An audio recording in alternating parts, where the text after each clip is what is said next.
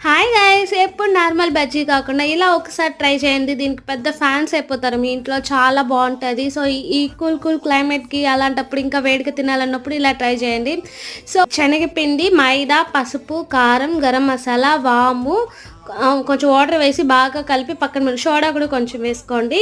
So, ఇప్పుడు potato already boil చేసుకొని అందులోనే ఆనియన్స్, కొత్తిమీర, పసుపు, కారం, గరం మసాలా, సాల్ట్ అన్నీ మిక్స్ చేసి ఇది కూడా మనం పక్కన పెట్టుకోవాలి. నేనైతే చిన్న బజ్జీలతో చేస్తున్నాను. మీకు అంటే పెద్ద బజ్జీలతో కూడా చేసుకోవచ్చు. సో, ఫస్ట్ మనం మధ్యలో ఉన్న మొత్తం తీసేసి ఈ స్టఫింగ్ అనేది ఆ మధ్యలో అనేది పెట్టాలి. సో, అన్నీ మనం రెడీ చేసుకొని పక్కన పెట్టుకుందాము.